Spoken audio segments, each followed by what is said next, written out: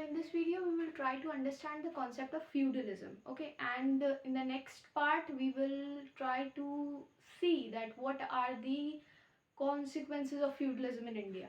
Okay, so सबसे पहले देखते हैं कि feudalism होता क्या है. feudalism का मतलब है, जब भी हम feudalism term देखेंगे we have to understand 2-3 things. अगर फ्यूडलिज्म हो रहा है तो उसके साथ क्या क्या होगा? डिसेंट्रलाइजेशन. ठीक है, यूरोपियन फ्यूडलिज्म अलग है, इंडियन फ्यूडलिज्म अलग है. फ्यूडलिज्म का मतलब है कि जो पावर है अब वो सेंट्रल अथॉरिटी के पास नहीं है, वो किसी एक इंसान के पास नहीं है, वो किसी एक ग्रुप के पास नहीं है. जो पावर है वो बटी हुई है, बहुत ज़्यादा बटी हुई है, और there is no one central head.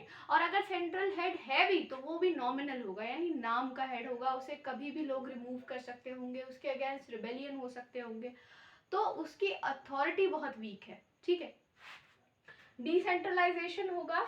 दूसरी चीज है डी अर्बनाइजेशन होगा. डी अर्बनाइजेशन क्यों होगा भैया? क्योंकि जो आपकी इकोनॉमी है it will start to become self sufficient. यानी कि जो फ्यूडल लॉर्ड है वो चीज़ों को अपने एरिया तक सीमित रखना चाहेगा, जिसकी वजह से the economy will become self sufficient. और जब इकोनॉमी सेल्फ सफिशिएंट हो जाती है there is no spread, there is no interaction with the outer society, तो उस केस में आपकी सोसाइटी का रूरलाइजेशन हो जाता है, यानी कि सेल्फ सफिशिएंट सोसाइटी बन जाती है. इसको हम डी अर्बनाइजेशन भी कहते हैं और इसको दूसरे टर्म्स में रूरलाइजेशन भी कह सकते हैं. तो आपको ये याद रखना है whenever you see the term feudalism. Feudalism का मतलब क्या है, इसको आसानी से ऐसे समझिए कि एक सेंट्रल हेड है, ठीक, उसने अपनी पावर को फर्दर डिवाइड कर दिया 3 लोगों में, feudal Lord 1, feudal Lord 2, feudal Lord 3. ठीक, अब ये जो 3 फ्यूडल लॉर्ड्स हैं इन्होंने अपनी पावर को फर्दर डिवाइड कर दिया. मतलब ये भी, इनके पास भी इतनी पावर नहीं है कि ये उसको इकट्ठा करके रख पाए. They are dependent on others, and when you are dependent on others you have to be उनको आपको देखना पड़ता है, उनका ख्याल रखना पड़ता है. वाई? बिकॉज अगर आपने उनका ध्यान नहीं दिया, अगर आपने उनके साथ ठीक से बिहेव नहीं किया तो वो कभी भी आपके अगेंस्ट रिबेलियन खड़ा कर सकते हैं, और वो रिबेलियन आपकी पावर ले डूबेगा, क्योंकि आप अकेले नहीं हैं इस पावर स्ट्रगल में. तो ये बंदा जो है इसने फर्दर 3 लोगों को पावर बांटी. मान लेते हैं V1, ओके, ये आपका वेसल है. ठीक है, वेसल मतलब होता है फ्यूडल लॉर्ड ही है वो भी, लेकिन छोटे लेवल पर. इसने भी 3 लोगों को अपनी पावर बांटी. अब ये 3 का तो मैंने एक एग्जाम्पल लिया है, आप इसको ऐसे समझिए, जरूरी नहीं है कि ये 3 हो. ठीक है, they can be more than 3. सो यहाँ पे समझने वाली बात ये है कि जो आपका फ्यूडल लॉर्ड है, फ्यूडल लॉर्ड का मतलब वो बंदा जो कि अपना एक छोटा सा आर्मी मेंटेन करेगा. ठीक है, उसे कुछ घोड़े मेंटेन करने होंगे, उसे कुछ इन्फेंट्री मेंटेन करनी होगी, कुछ कैवलरी मेंटेन करनी होगी, और वो ये सब अपने बिहाफ पे करेगा. ठीक, जब भी इस सेंट्रल लॉर्ड को जरूरत होगी ये इस फ्यूडल लॉर्ड से कहेगा कि भैया वो आर्मी जो तुमने तैयार कर रखी है वो हमें दे दो.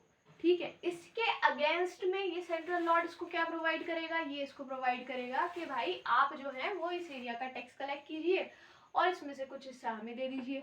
या फिर ऐसा हो सकता है कि ये इसको प्रोटेक्शन प्रोवाइड कर रहा हो. लेकिन समझने वाली बात ये है कि ये सिस्टम फ्यूडलिज्म जहां भी आप देखेंगे वहां समझ जाइए सोसाइटी बहुत कमजोर है, और जो पूरा स्ट्रक्चर है सोसाइटी का वो बिल्कुल अंदर से खोखला हो चुका है. ठीक है, और वो अब मतलब एक स्ट्रॉन्ग एम्पायर या एक स्ट्रॉन्ग पावर का सबसे बड़ा सिंबल ये है कि सेंट्रल अथॉरिटी होनी चाहिए. जैसा हम देखेंगे दिल्ली सल्तनत में, दिल्ली सल्तनत इतनी छोटे एरिया में कन्फाइंड थी, but even after that it was very powerful at the time of Iltutmish. Altamish के टाइम पे बहुत पावरफुल थी. ऐसा क्यों था? Because Altamish devised a system which is called iqta system, और वो इक्ता सिस्टम एम्पायर को उन हाइट्स तक लेकर गया जो कि हम देखते हैं सल्तनत को. ठीक है, अच्छा जी, तो आपको ये समझना है कि ये जो सेंट्रल अथॉरिटी है ये फर्दर डिवाइड होती चली जाएगी, और जो पावर है वो इसके पास नहीं है. ये नॉमिनल हेड है, इसके पास कोई पावर नहीं है, ठीक है, आप इसको समझिए। ये लोग जब चाहे इसके अगेंस्ट रिवोल्ट खड़ा कर सकते हैं। तो the central authority is very weak, decentralisation, deurbanisation and ruralisation. अच्छा, एक चीज और, इसमें हमारा जो इंडियन फ्यूडलिज्म है, it started in about the Gupta period, ठीक है। गुप्ता पीरियड हम कब से देखते हैं, around the 3rd century BC या 2nd सेंचुरी बीसी से 6th सेंचुरी के आसपास तक। तो गुप्ता पीरियड में जब आपका फ्यूडलिज्म इंडिया में शुरू होता है, उसमें जो कुछ इम्पॉर्टेंट पॉइंट्स हैं वो ये है कि धीरे धीरे जो अथॉरिटी है, डिसेंट्रलाइजेशन होना चालू होगा सबसे पहले, ठीक है, यानी सेंट्रल अथॉरिटी जो है वो खत्म हो जाएगी। There is no one king, the power is dividing among rulers. Okay, छोटे छोटे लॉर्ड्स बनते चले जाएंगे, छोटे छोटे एरिया ऑफ पावर बनते चले जाएंगे, लेकिन there is no one central authority.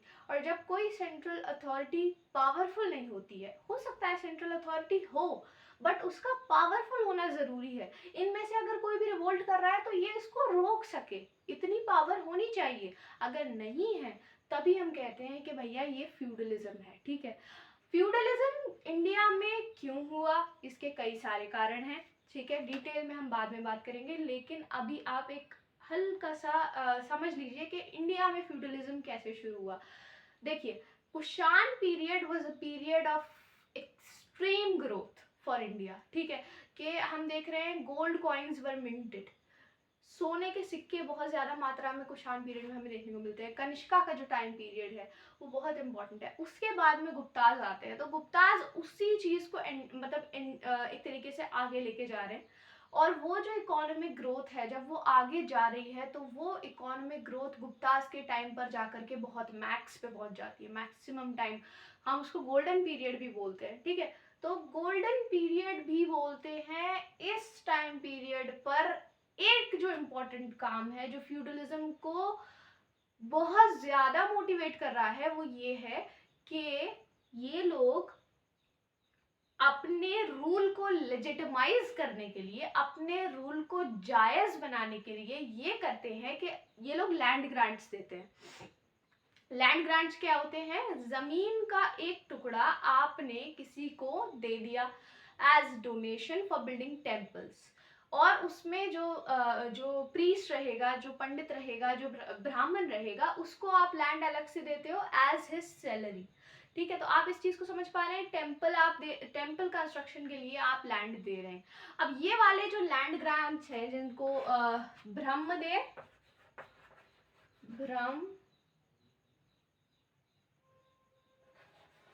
I think spelling थोड़ी सी गलत है, ब्रह्मदेय और देवदेय। देवदेय वो लैंड ग्रांट है जो कि temple building and maintenance of temple के लिए दिया जाता है, ठीक है। तो ये आपको याद रखना है। और ब्रह्मदेय वो लैंड ग्रांट है जो कि उसको दिया जाता है प्रीस्ट को for his maintenance and his expenditures. तो आपको ये चीज समझनी है कि गुप्ता पीरियड में ये दोनों काम, ये दोनों ग्रांट्स बहुत ज्यादा बढ़ जाते हैं, और इन दोनों ग्रांट्स के बढ़ने की वजह से होता ये है कि जो सेंट्रल अथॉरिटी है, वो मतलब सेंट्रल अथॉरिटी तो नहीं कहेंगे, पर कहेंगे कि हर जो रूलर है वो अपनी तरफ से बहुत ज्यादा लैंड ग्रांट्स दे रहा है, अपने रूल को लेजिटिमाइज करना चाह रहा है, लोगों की नजर में अपने आप को उठाना चाह रहा है, ठीक है। इसीलिए हम देखते हैं कि गुप्ता पीरियड में जो टाइटल्स हैं, they kept for themselves very, हम कह सकते हैं बहुत ज्यादा बड़े बड़े टाइटल्स, बड़े बड़े नाम है ना, like we will talk about that. Maharaja Dhiraj है ना, महाराजा धीराज। अब महाराजा धीराज जो टर्म है, in itself it's a very big term. अब someone is if someone is using this term for himself, so it's a kind of self portrayal कि मैं बहुत बड़ा राजा हूँ, ठीक है, महाराजाओं का भी मैं महाराजा हूँ, ठीक है, इस तरीके से। So it's a kind of self boosting we can say. So ये वाले जो लैंड ग्रांट्स हैं, इनके देने से होता क्या है कि आपने अपना रूल तो लेजिटिमाइज कर लिया, अपने आप को तो आपने जायज बना लिया लोगों की नजरों में, बट बहुत सारा लैंड जो है वो अब पहुंच चुका है ब्राह्मण के हाथ में, ठीक है। यानी नए नए लोगों के पास अब बहुत सारा लैंड पहुंच चुका है, और वो जो बहुत सारा लैंड है, उस लैंड के धीरे धीरे धीरे करके वो लोग बन जाएंगे लॉर्ड, और इसी से बढ़ावा मिलेगा फ्यूडलिज्म को, बिकॉज आपके पास लैंड है, समझिए आपके पास लैंड है तो आपके पास रेवेन्यू है, रेवेन्यू है तो आपके पास इनकम है, इनकम है तो आप मेंटेन कर सकते हैं आर्मी, आर्मी मेंटेन कर सकते हैं तो आप कभी भी कर सकते हैं revolt. This is the simple method, इससे ज़्यादा सिंपल नहीं हो सकता। आप समझिए ज़मीन है आपके पास, आप उससे पैसा निकाल सकते हैं, टैक्स कलेक्ट कर सकते हैं, टैक्स से आप आपकी इनकम होगी, इनकम होगी तो आपके पास क्योंकि अब पावर है, आप एक जगह के लॉर्ड हैं, आप अपनी खुद की आर्मी मेंटेन कर सकते हैं और जब भी आपके अगेंस्ट कोई आवाज़ उठाए तो आप रिवोल्ट कर सकते हैं। या जैसे अगर सेंट्रल अथॉरिटी ने कहा कि भैया ये लैंड तो हमने आपको दी थी, आप ऐसा कैसे कर सकते हैं, तो आप कभी भी उसके अगेंस्ट रिवोल्ट कर सकते हैं, you have the power to do that. ठीक है, तो और जो बाकी के कॉजेज हैं we will discuss them in the next part of this video, but अभी के लिए आपको समझना है Brahmadeya is the tax, Brahmadeya is the land grant that is given to priest, okay, land grant given to priest and Devadeya is the land grant that is given to the temple space, यानी मंदिर बनाने के लिए जो जमीन दी जाएगी वो कहलाएगी Devadeya, okay, land grant given to temple space. We have a lot more to discuss in this topic. अभी इसमें क्या क्या रह गया है, अभी तो ये सिर्फ एक इंट्रोडक्टरी पार्ट है, इसमें feudalism is a very vast topic and when we go in its depth we have debates, we have theories, अलग अलग लोगों ने अलग अलग तरीके से feudalism को, इंडियन feudalism को explain करने की कोशिश की है। उन्होंने उसको कंपेयर किया है with European feudalism, European feudalism जहाँ पे हम सर्फडम देखते हैं एंड अलॉट मोर थिंग्स। तो आपका जो a serf is a person, like it's a kind of begar when you do work for someone but you are not paid for that, okay, that's simple, okay, so but there is a contradiction between the two, they are different, they are totally different from each other, we are going to see that in future, okay, so in this particular part we discussed about feudalism, how it happens, how it happened in India, इस पे भी थोड़ी सी बात कर लेते हैं।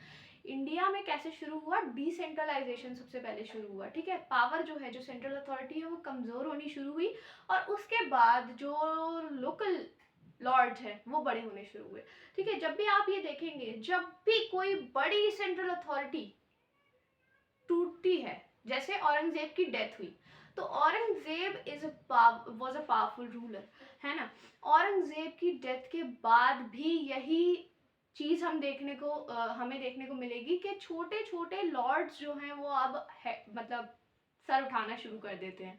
तो ये चीज़ आपको समझनी है कि जब भी कोई सेंट्रल अथॉरिटी वीक होगी